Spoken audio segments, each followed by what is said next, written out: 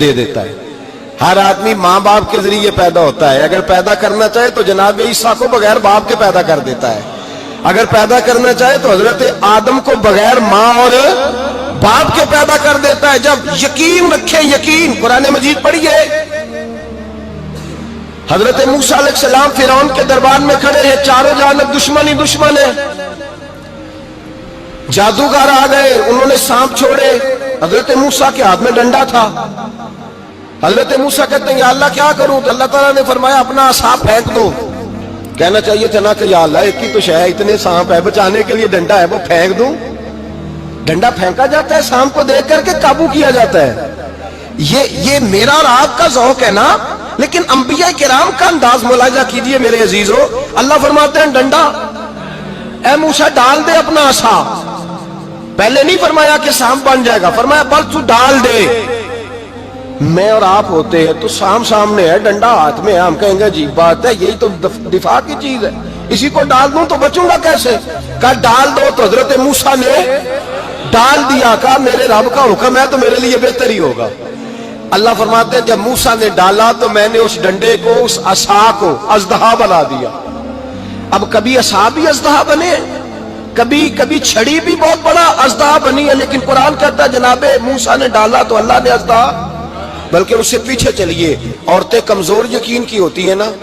جناب موسیٰ پیدا ہوئے تو اللہ فرماتے ہیں میں نے موسیٰ کی ماں کے دل میں بات ڈالی, ماں کے دل میں, صندوق میں ڈال کے تو اس کو دریا میں بہا دے.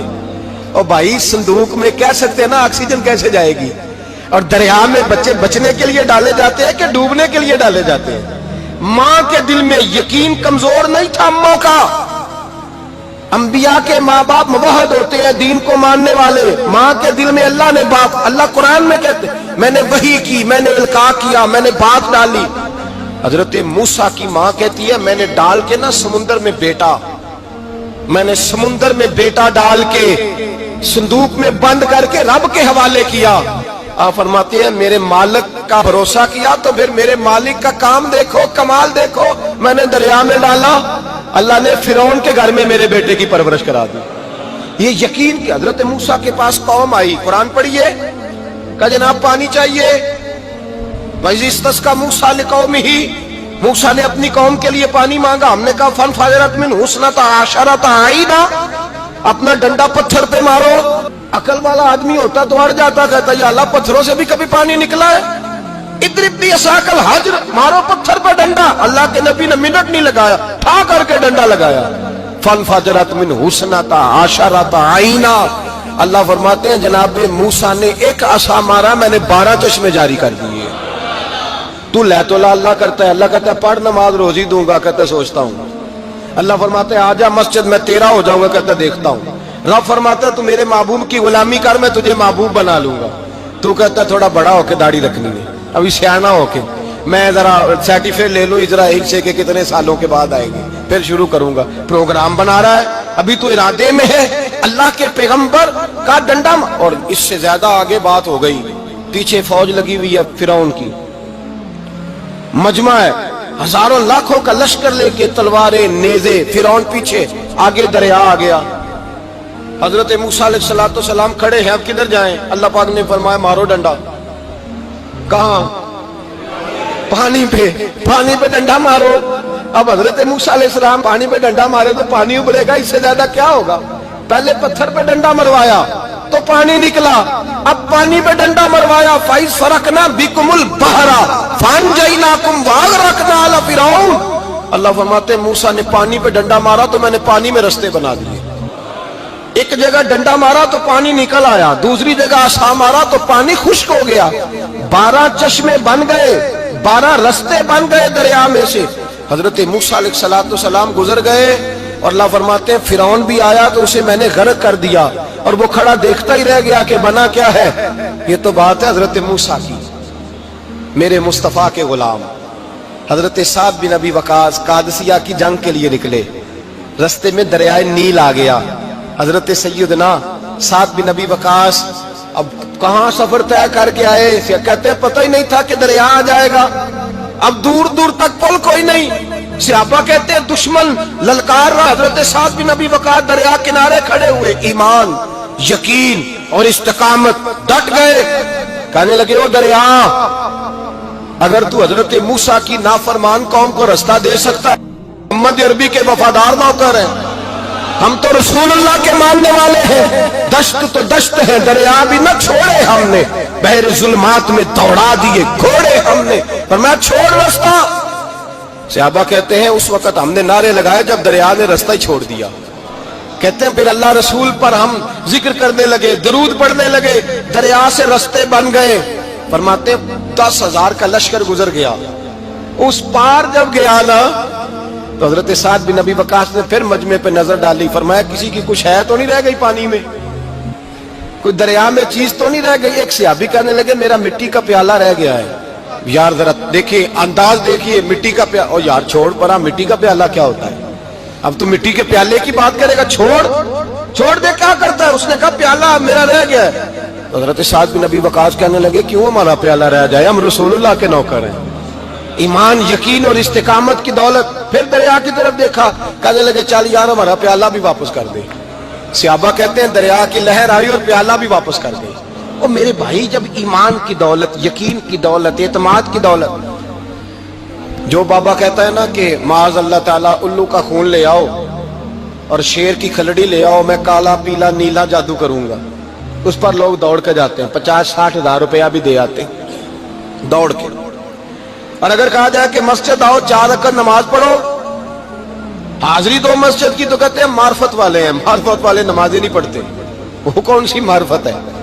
یہاں اللہ کی بارگاہ میں جھکنے کا، چونکہ یہ لیٹ ہے نا، یہ پتہ نہیں جنت میں جا کے ملے گا کب ملے گا معاذ اللہ.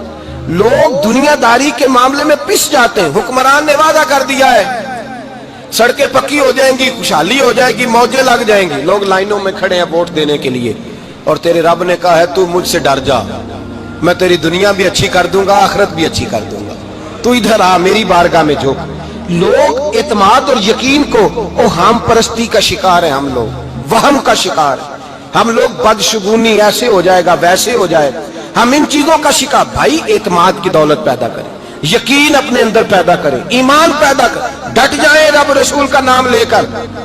حضرت عمر کا زمانہ تھا، مصر فتح ہو گیا، حضرت عمر بن عاص گورنر بنے. رواج یہ تھا مصر کے اندر کہ ایک دریا چلتا تھا، دریائے نیل، اور سارے مصر کا انحصار اسی دریا پہ تھا.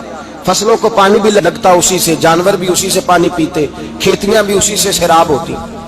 سال کے بعد وہ دریا خشک ہو جاتا تھا، سال کے بعد وہ دریا خشک ہوتا، اور جب خشک ہوتا نا تو ایک کواری لڑکی قتل کر کے دریا میں ڈالتے، پھر وہ دریا چلتا.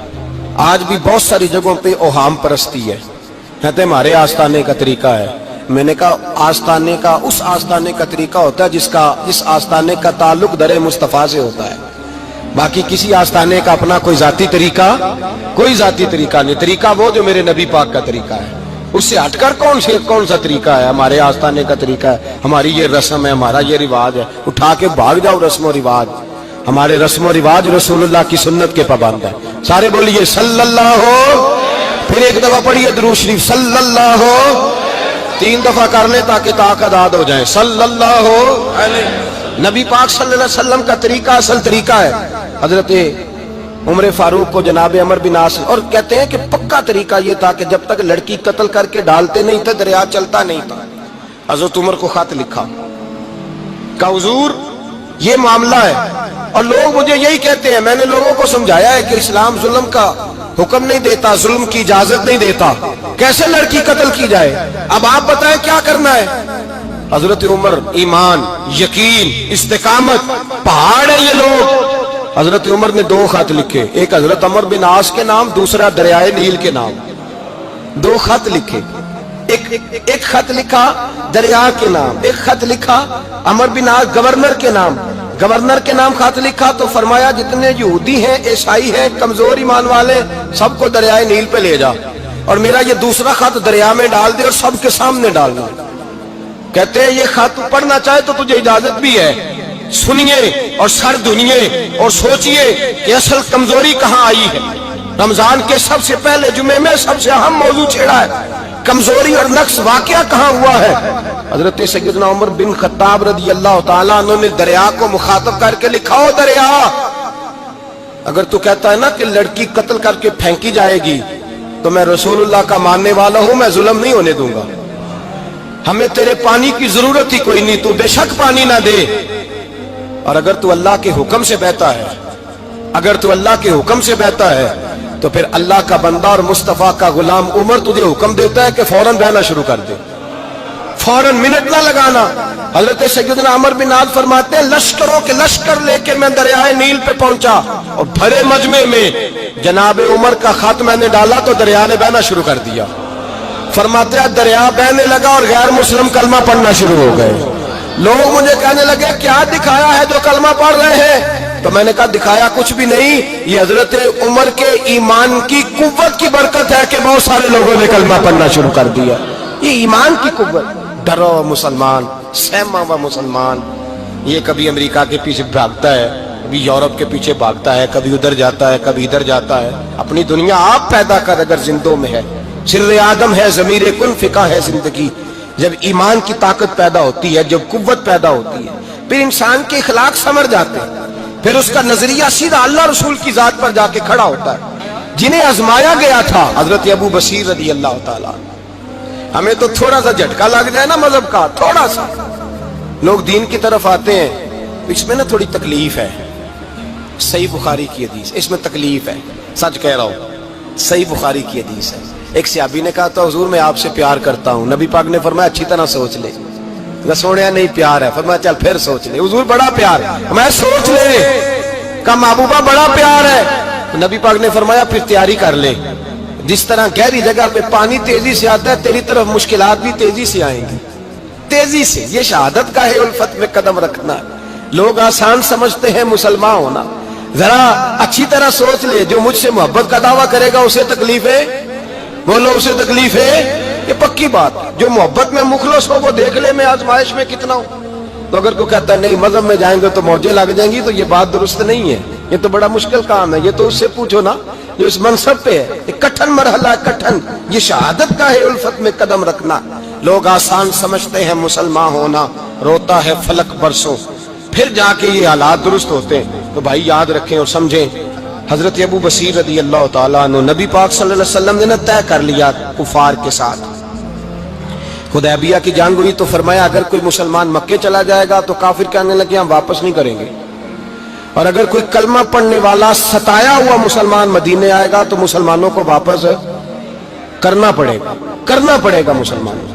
مسلمان اپنا بندہ نہیں رکھ سکتے، اور مسلمانوں کا کوئی شخص غلطی سے بھی مکے چلا گیا تو مکے والے واپس نہیں کریں گے۔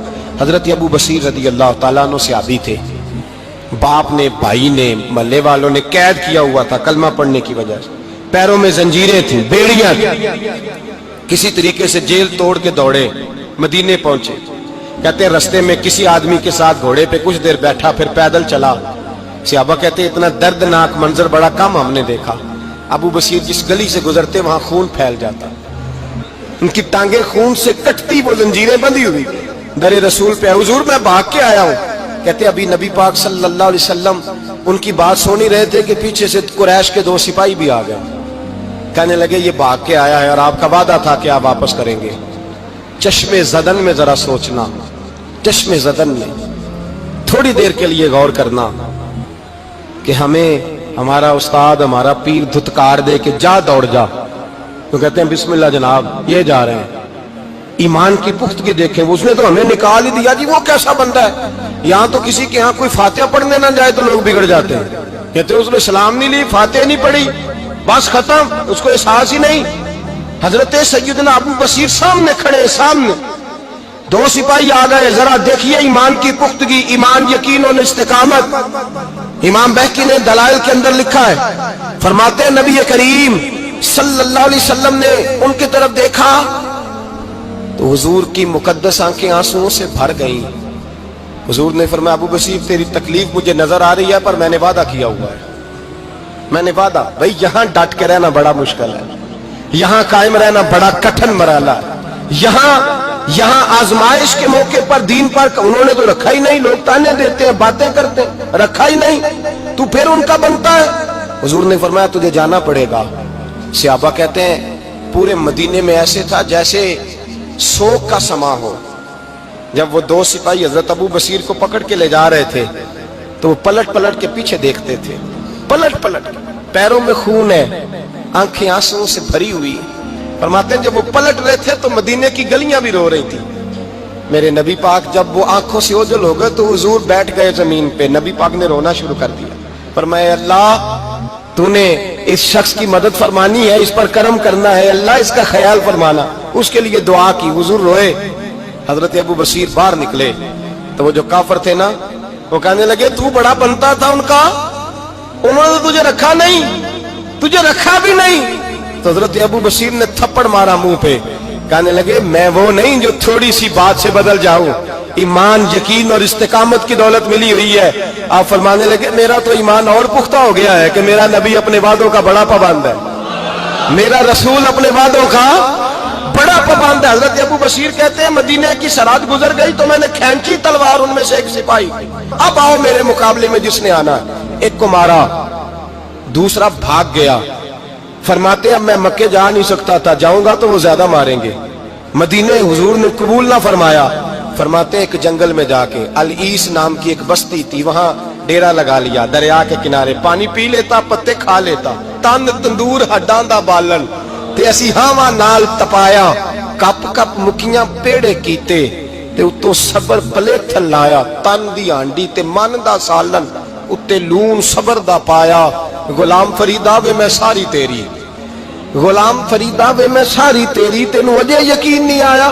فرماتے سالوں پتے کھائے، اب جو بھی وہاں سے تنگ ہوتا وہ میرے پاس آ کے پناہ لیتا، جس کو مکے والے مارتے میرے پاس آ کہتے تانے دینے والے آ کے کہتے ہو تم کس طرح کے نوکر ہو، تمہیں تو انہوں نے رکھا ہی نہیں۔ ہم نے کہا چپ کر جا، وہ ہمارے آقا ہیں، وہ ہمارے آقا ہیں، رکھے تب بھی ٹھیک ہے، نہ رکھے اللہ اکبر۔ ایمان دیکھو، قوت دیکھو، جڑیاں خصماں دی وچ رضا وسن، بھاگ جاگ جاندے انہاں گولیاں دے تے میں گڈی ہتھ ڈور سجن دے، او جنج رکھے اونج رہنا ہے، واجب نہیں جے وچ شریعت مندہ قسم نو کہنا۔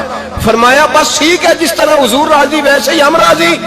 حضرت ابو بصیر رضی اللہ تعالیٰ عنہ کے پاس 300 صحابہ اکٹھے ہو گئے، 300۔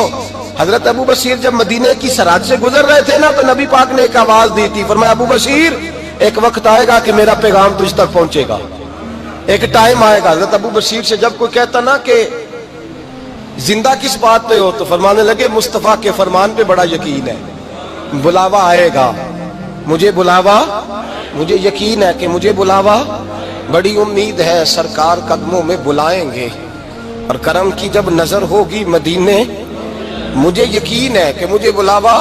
حضرت ابو بصیر رضی اللہ تعالیٰ عنہ فرماتے ہیں کہ وقت گزرتا گیا، 300 لوگ اکٹھے ہو گئے۔ جب کوئی مسلمانوں کا قافلہ مکے کے پاس سے گزرتا تو مکے والے لوٹ لیتے تھے، حضور نے بھی اجازت دی مدینے والوں کو، اگر ان کا قافلہ کوئی آئے تمہیں بھی حملے کی اجازت ہے، کفر کا مال مال غنیمت ہے۔ حضرت ابو بصیر کہتے ہیں جب بھی ہمارے قریب سے وہ رستہ تھا شام کی طرف جانے کا، جب بھی کافر گزرتے ہم ان کے قافلے پکڑ لیتے، لوٹتے، ہم بھی ان کو اس طرح کی سزا دیتے جو مسلمانوں کو دیتے تھے۔ فرماتے ان کا جینا محال ہو گیا، ہاتھ باندھ کے نبی پاک کی بارگاہ میں گئے، کہنے لگے یہ شرک ختم فرما دیں اور آپ ان کو بلا لیں، بلا لیں۔ حضرت ابو بصیر فرماتے ہیں میں بوڑھا آدمی تھا، دن بھر میں کام کرتا، محنت کرتا، اس علاقے میں کھیتی باڑی کرتا، جب رات ہوتی تو میں کسی پہاڑ کے ٹیلے پہ بیٹھتا اور مدینے کی جانب منہ کر لیتا، اور میں انتظار کرتا بلاوا کب آئے گا، کب حضور کا پیغام آئے گا، میں انتظار کرتا۔ حضرت ابو بصیر رضی اللہ تعالیٰ عنہ بیمار ہو گئے، شدید بیمار، سخت بیمار تھے تو قریش نے شیخ ختم کی۔ حضرت ابو ہریرہ کہتے ہیں نبی پاک نے 2 صحابہ کو روکا دیا، فرمایا جاؤ اسے جا کے کہو آ جائے، اسے کہو آ جائے۔ صحابہ کہتے ہیں ہم پہنچے تو ان کا آخری وقت چل رہا تھا، آخری ہجکیاں تھیں، ایمان اور یقین دیکھو، آخری ہجکیاں۔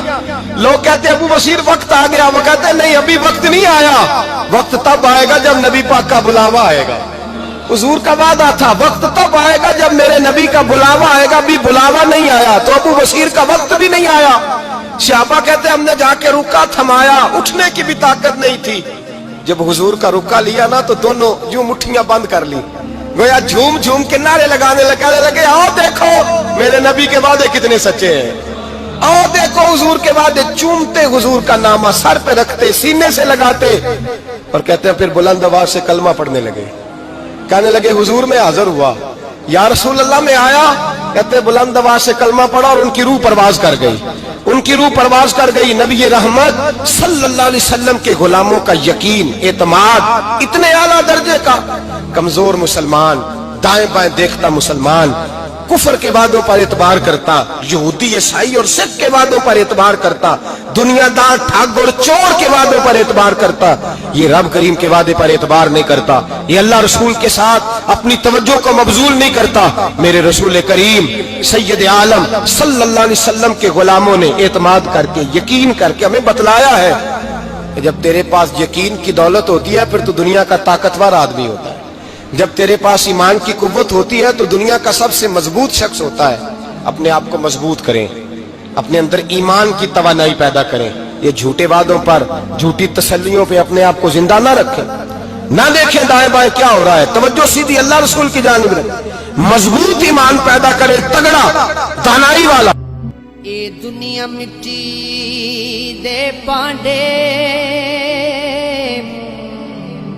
کئی بندے نے، کئی ٹہندے نے، کئی نال سلوک دے رہن ایتھے،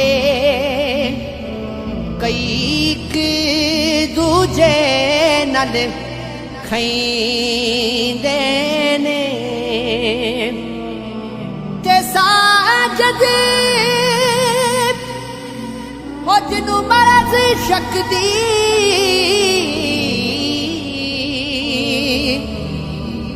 اوتے جگ تو وکھرے رہندے نے.